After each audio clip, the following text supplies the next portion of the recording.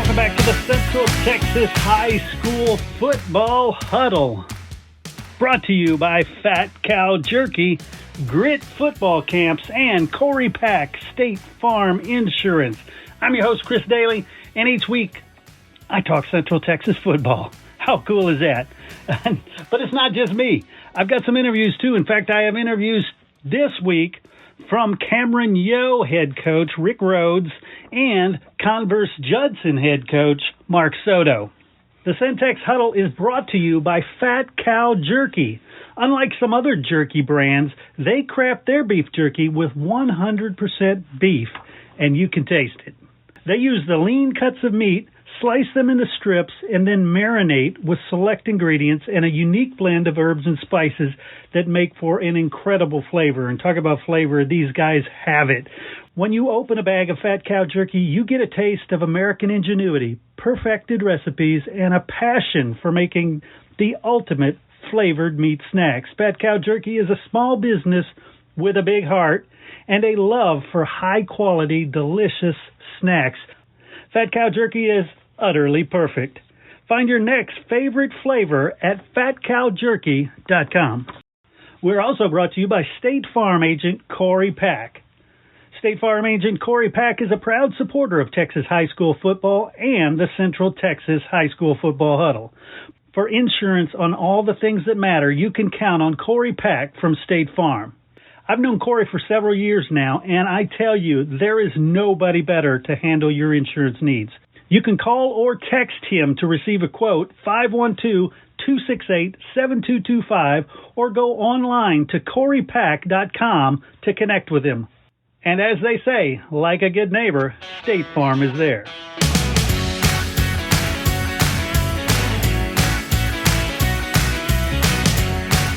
All right, first off, I want to run down some of the scores that happened in Central Texas. I'm sure you've heard all about these, but want to make sure just in case you haven't. Cibolo Steel knocked off Northside Brennan in a tight one, 35-34.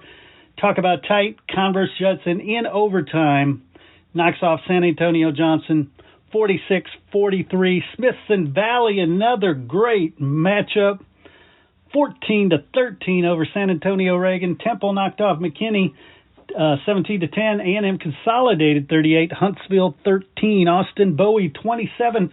Cedar Park Vista Ridge 7.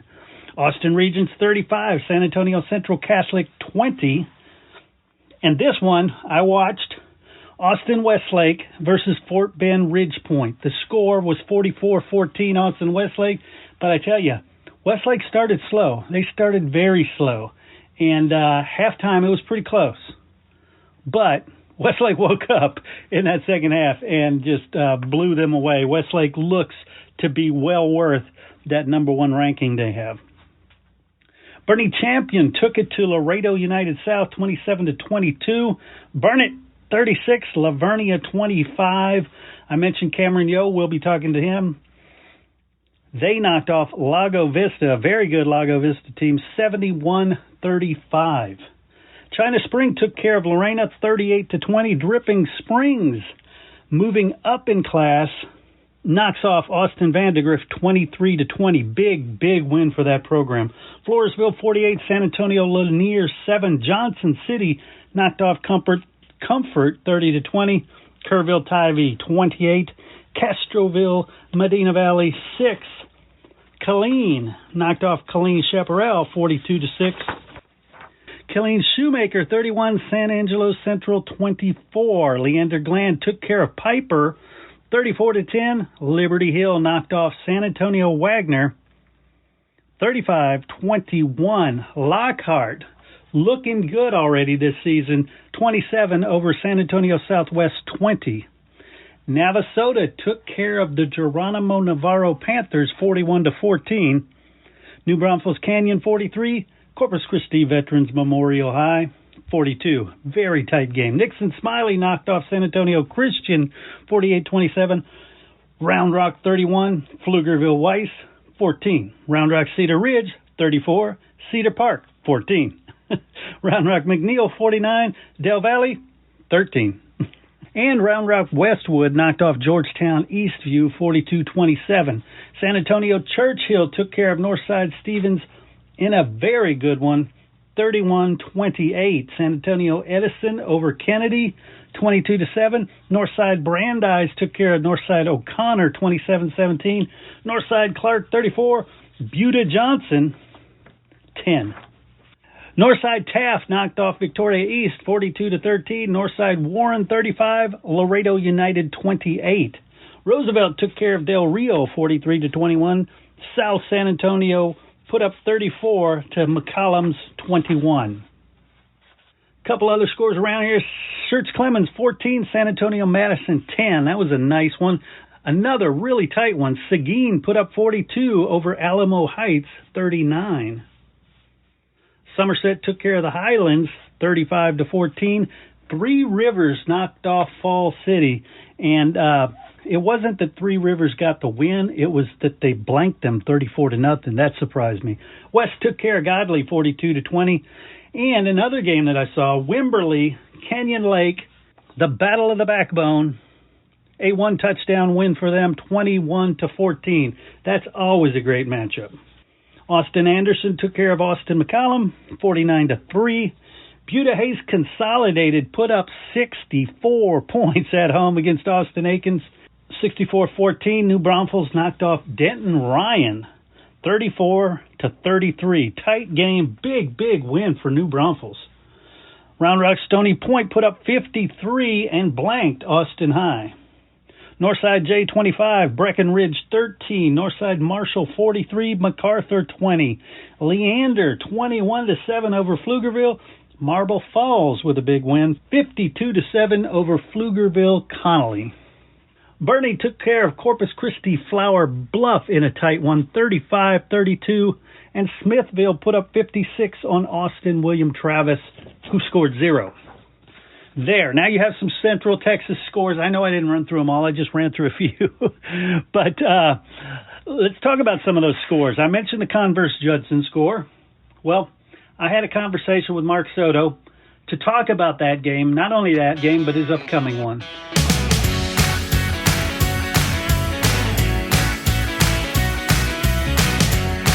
What's up, Chris? Hey, Coach. How's it going? Oh, it's going, brother. It's going. We're trying to recuperate from Saturday and get moving along on Westlake now. Yeah, no doubt. It's a good day to be a Judson Rocket. Well, it definitely was a fun game. I don't know if it's a good day. We're pretty beat up. So, so let's talk about that. That Johnson, obviously you were there the last 2 years. Their head coach was your defensive coordinator, right? Correct.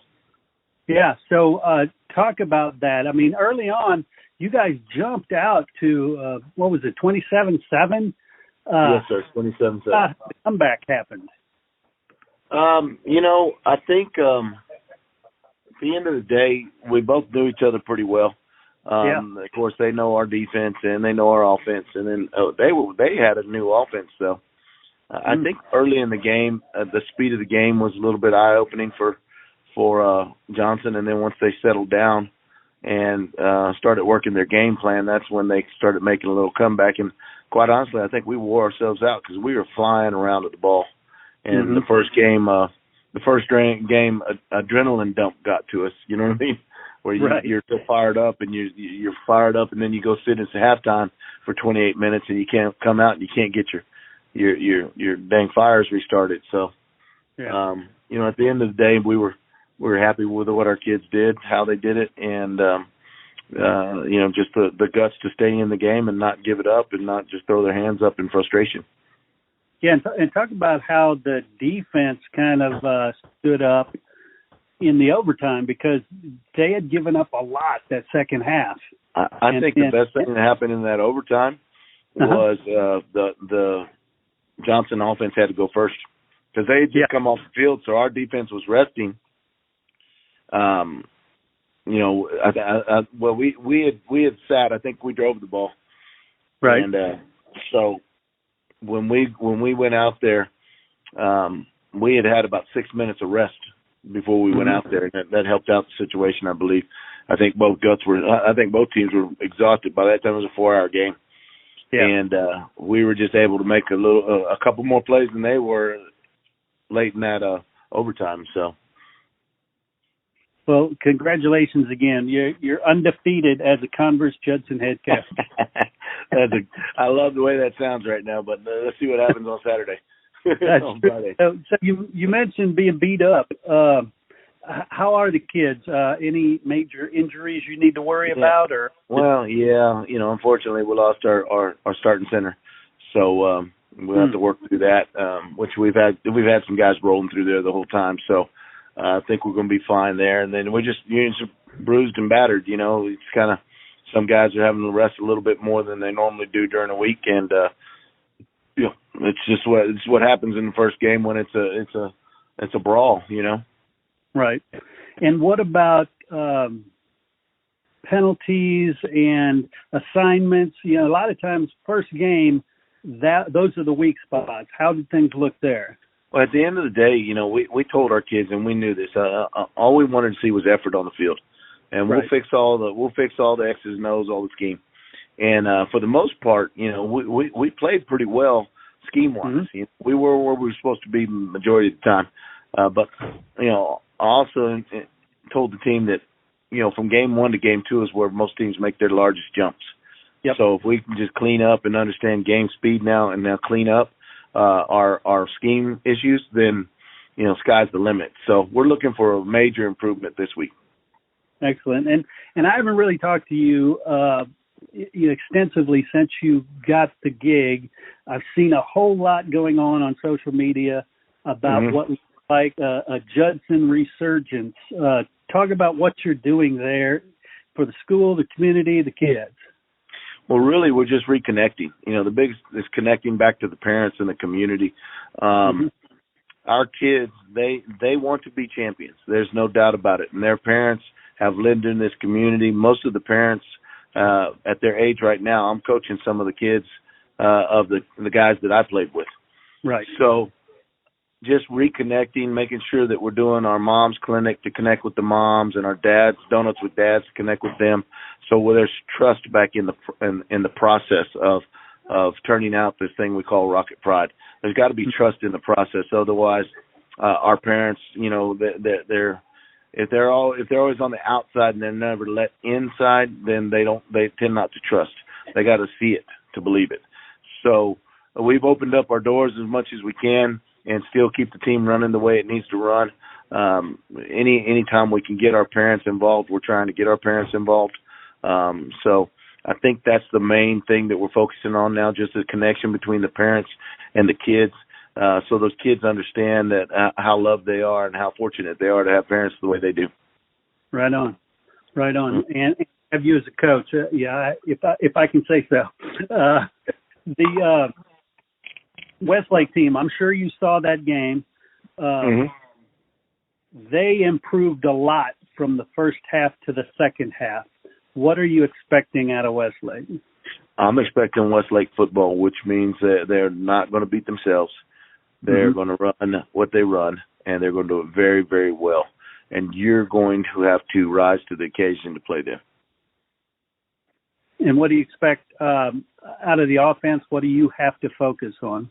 I think they're going to base out of the run and just try to pound the ball a little bit to open up and get your safeties down, and then they're going to throw it to their good receivers. And I think they're going to pound the rock is what I think. I think they want to wear us out, try to wear us out like Johnson did. Right. I got you. Gosh, what else is going on this week? Well, I mean, the focus sounds like it's recuperate. Yeah, it's a recuperate. We came off the field early today just because the kids were worn out. They were tired, but they'd gotten the work they needed in for the day. So we came off the field and watched the film. I mean, we're just going to take care of the kids the best we can and keep them as fresh as we can. And while we're still learning, we still got a lot of offense and defense to put in. So, again, you got to have a fresh mind to do that. You can't do that on a tired, broken body. So, we're just going to take care of our kids, do the best we can, and get ready for this game. Sounds good. And one last question, Sure. As far as kids who stood out and stood up more than you possibly expected. without doubt, Jaden Castillo at quarterback and Jonathan Johnson at the receiver, though both those boys had some impact plays. Nathaniel Stanley, we knew was going to be good, but we didn't know 200 yards good. So those three on offense for sure. And then on defense, Jaden Haygood, the middle linebacker, he flew around all game long and just hit anything that moved. And then Miles Davison in the safety, he had 3 picks, should have had 4 because he was inbounds when he caught it. And he just flew around the whole game, and he changed the game because he was cramping in the third quarter, got it under control, and went back and finished the game in the fourth quarter. And our defense looks different with him out there. Nice. Well, Coach Mark Soto, gosh, always good to talk to you. Best of luck this season and this week. No, I appreciate you. Thank you very much, sir.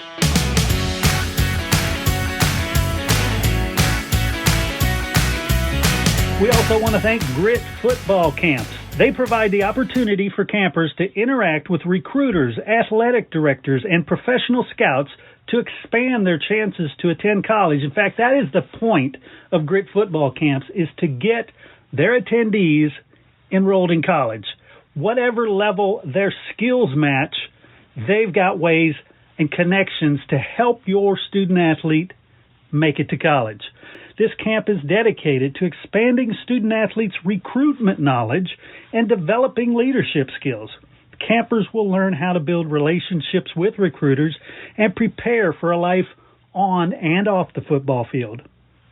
Their camp will call upon the student athletes from area schools to connect them with college recruiters, athletic directors, professional coaches, and scouts that are willing to mentor each student to be successful in college and beyond. Grit football camps are held all around the country. You can check them out at gritfootballcamp.com.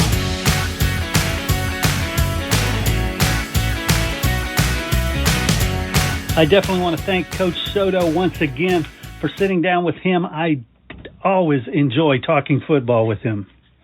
Next up, I mentioned at the top of the show, I sat down with Rick Rhodes from Cameron Yo to talk about their big win and the season coming up.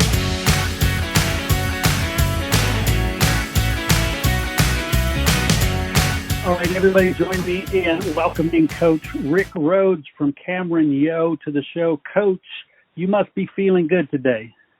Well, I am. I feel like, the kids played really, really well on Friday night.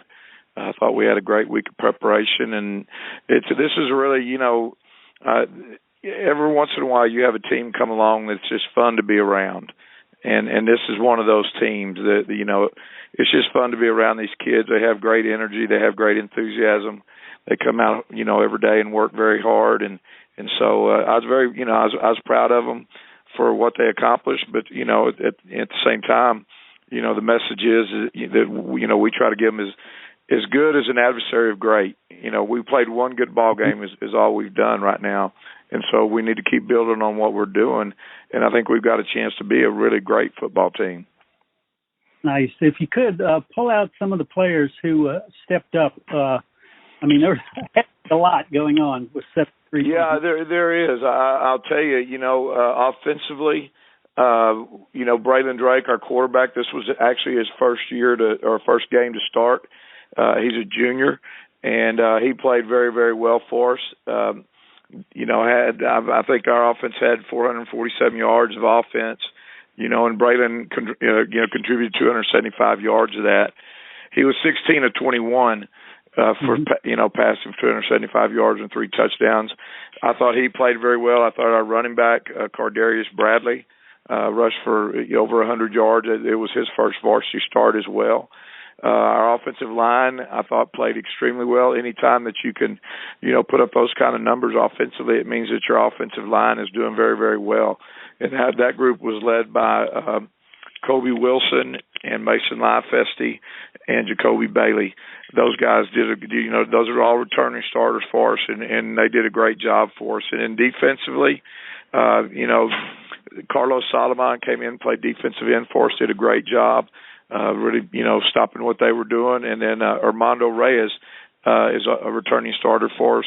He played safety last year. We moved him down to outside linebacker. did a great job for us at outside linebacker.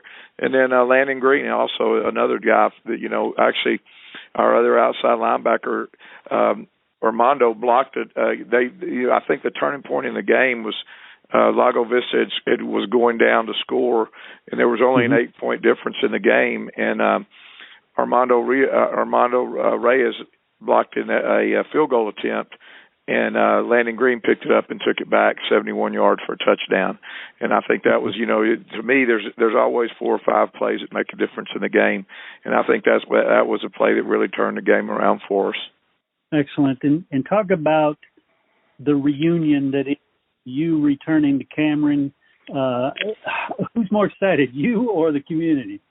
Well, I think both. I think both. I think last year when I came back, that everybody was all excited, but I think there was kind of a I hate to call it a false sense of security or whatever, but I think they a lot of people just felt like because I was coming back, it was going to go back to the old way right away. And it, that didn't happen. We got better. We made the playoff, which obviously is a goal that we have every year. But it takes some time to get your program established and for the kids to understand what your expectations are and buy into those expectations. And so I think that I think this group has done that a whole lot better than the group last year. Nice. And how do you keep the kids up knowing, hey, I'm a winner, I can win, but not so high that they forget about the fundamentals? Well, I think it's really real easy for this group, because we kind of had the same situation last year. We played, our big rival is Rockdale, and we played Rockdale at home and played probably our best football game of the year against Rockdale and had a big victory against Rockdale.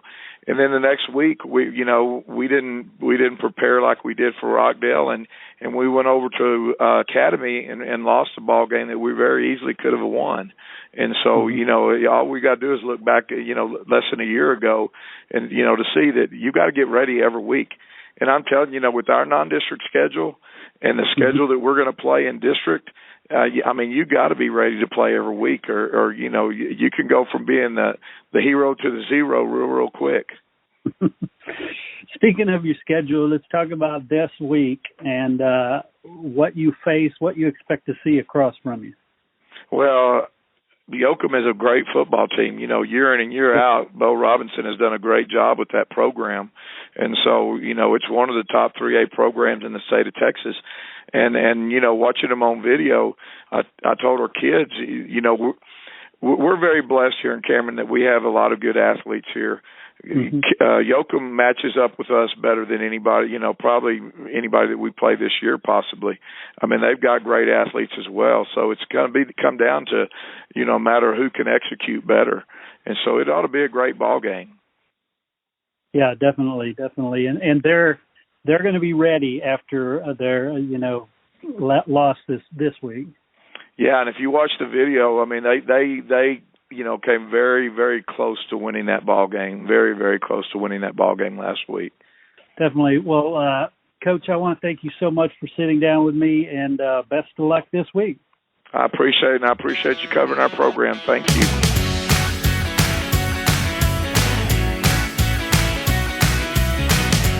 Again, I want to thank Rick Rhodes, and I have to tell you, it is so good to see him back there and them winning again. That man was made to coach Cameron Yo football. All right, before we get out of here, I'm going to run through a couple of the matchups this week that intrigued me.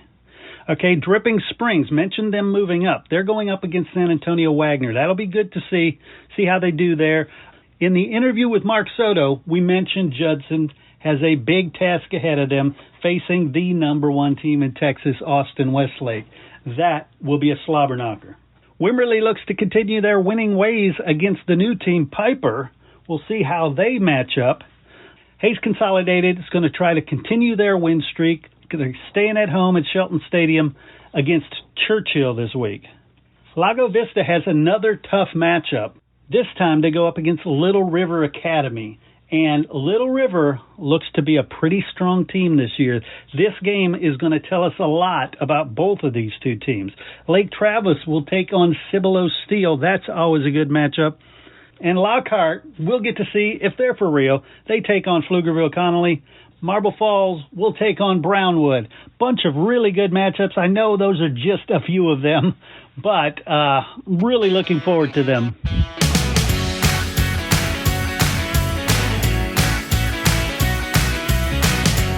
Once again, I want to thank you for tuning in. I want to thank you so much for supporting Central Texas football. I also have to thank our sponsors, Fat Cow Beef Jerky, Grit Football Camps, and of course, Corey Pack State Farm Insurance.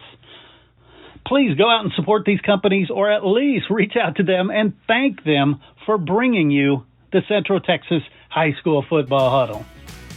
I'm your host, Chris Daly, reminding you, get out there and enjoy some football.